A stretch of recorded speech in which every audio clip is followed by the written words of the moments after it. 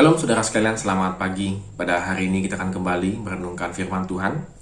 Dan firman Tuhan pada hari ini diambil dari Markus pasal 10 ayat 46 sampai dengan 52. Lalu tibalah Yesus dan murid-muridnya di Yeriko, dan ketika Yesus keluar dari Yeriko bersama-sama dengan murid-muridnya dan orang banyak yang berbondong-bondong, ada seorang pengemis yang buta bernama Bartimeus. Anak Timeus duduk di pinggir jalan. Ketika didengarnya bahwa itu adalah Yesus orang Nazaret, mulailah ia berseru, "Yesus, anak Daud, kasihanilah aku." Banyak orang menegurnya supaya ia diam. Namun semakin keras ia berseru, "Anak Daud, kasihanilah aku." Lalu Yesus berhenti dan berkata, "Panggillah dia." Mereka memanggil orang buta itu dan berkata kepadanya, "Kuatkan hatimu, berdirilah, ia memanggil engkau." Lalu ia menanggalkan jubahnya, ia segera berdiri dan pergi mendapatkan Yesus. Tanya Yesus kepadanya, "Apa yang kau kehendaki supaya aku perbuat bagimu?" Jawab orang buta itu, "Rabuni, supaya aku dapat melihat." Lalu kata Yesus kepadanya, "Pergilah, imanmu telah menyelamatkan engkau." Pada saat itu juga melihatlah ia, lalu dia bangkit, lalu ia mengikut Yesus dalam perjalanannya. Saudara, apa yang bisa kita pelajari dari seorang yang bernama Bartimeus? Mungkin dalam kehidupan kita pada saat ini kita ingin seperti Bartimeus yang boleh dikatakan mendapatkan mujizat lalu kemudian menyelesaikan semua masalah-masalah kita. Tapi tidak semua bagian dalam kehidupan kita solusinya adalah harus diselesaikan dengan mujizat. Jika pada saat ini kita diizinkan untuk mendapatkan mujizat, itu karena kuasanya Tuhan semata-mata. Saudara, dari Bartimeus setidaknya ada beberapa hal yang bisa kita pelajari. Pertama, bahwa Bartimeus tidak terikat dengan lingkungannya. Artinya dia tidak tergantung hidupnya kepada lingkungannya, walaupun dia pengemis. Saudara perhatikan, pengemis pada zaman dulu dan dalam kondisi buta itu adalah kelompok sosial yang paling rendah dan cenderung itu dianggap ya semacam orang-orang yang tidak berguna, orang-orang yang hopeless, orang-orang yang dipandang kamu tuh buta karena dosa-dosa kamu. Karena pada masa itu demikian cara pandang mereka terhadap orang-orang yang tidak atau kurang beruntung begitu ya. Dan Bartimeus yang luar biasanya bahwa dia bertemu dengan Yesus, artinya dia mendengar, berdasarkan mendengar, mungkin kerumunan orang pasti ya itu Yesus datang gitu. Lalu kemudian dia berseru, "Yesus anak Daud, kasihanilah aku." Saudara, yang pertama yang tadi saya katakan, apa yang bisa kita pelajari bahwa dia tetap memanggil Yesus anak Daud, kasihanilah aku, sampai 2 kali, walaupun orang di sekelilingnya menegur dia. Saya melihat bahwa Bartimeus adalah orang yang sungguh-sungguh percaya imannya kepada Yesus. Mungkin itulah pertama kalinya dia bertemu Yesus. Mungkin itu pertama kalinya dia berseru dengan sekuat-kuatnya kepada seseorang ketika hidupnya itu benar-benar dalam keadaan yang sangat sulit. Bartimeus ingin keluar dari permasalahan hidupnya, yaitu melihat kembali. Dan dia berseru kepada pribadi yang sangat tepat, yaitu Yesus Kristus.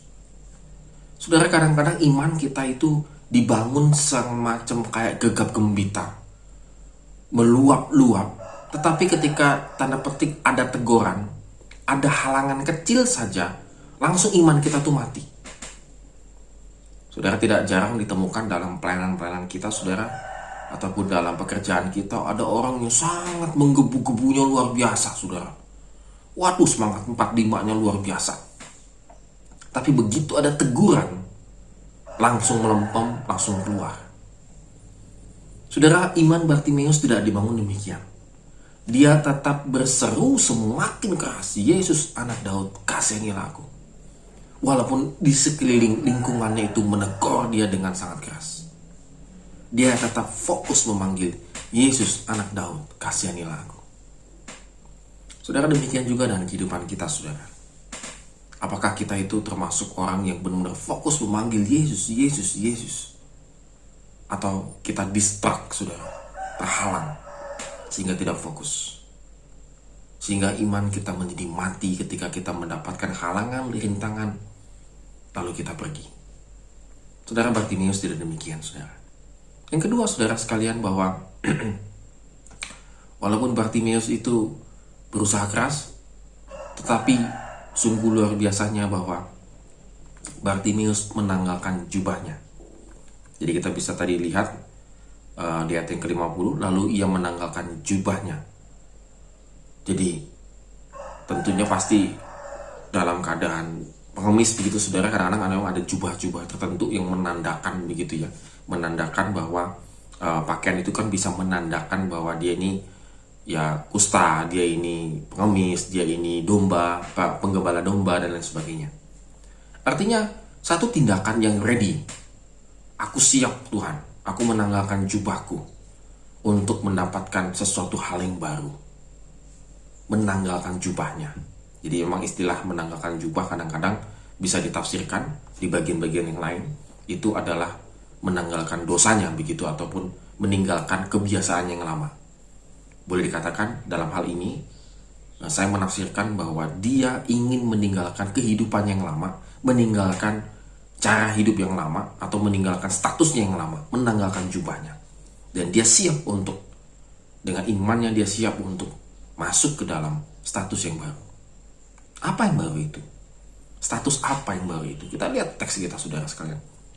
Dikatakan, apa yang engkau kehendaki, apa yang ingin aku perbuat bagimu, Rabuni, supaya aku dapat melihat. Saudara, sungguh luar biasa imannya Bartimeus. Dia siap menerima tanda petik mujizatnya itu, saudara, dengan imannya.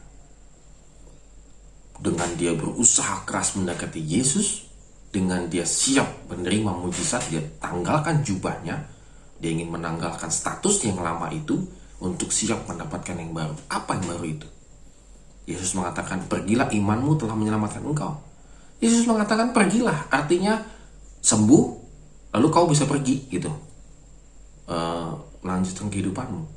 Tetapi Bartimeus tidak demikian. Ketika dia sembuh, lalu ia mengikut Yesus dalam perjalanannya. Dia tanggalkan jubahnya yang lama, dia kenakan jubah menjadi murid Kristus. Saudara, ini yang menjadi tujuan daripada kehidupan kita seharusnya.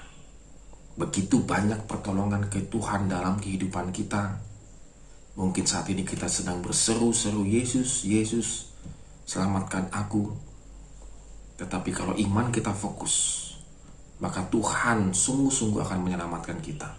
Bukan karena usaha kita, tetapi karena iman kita. Iman kita yang sungguh-sungguh fokus kepada Kristus. Dan kalau kita mendapatkan mujizat, kita mendapatkan solusi dalam kehidupan kita, kita lalu setia, komitmen ikut Tuhan Yesus. Saudara, ini harus kita renungkan pada hari ini.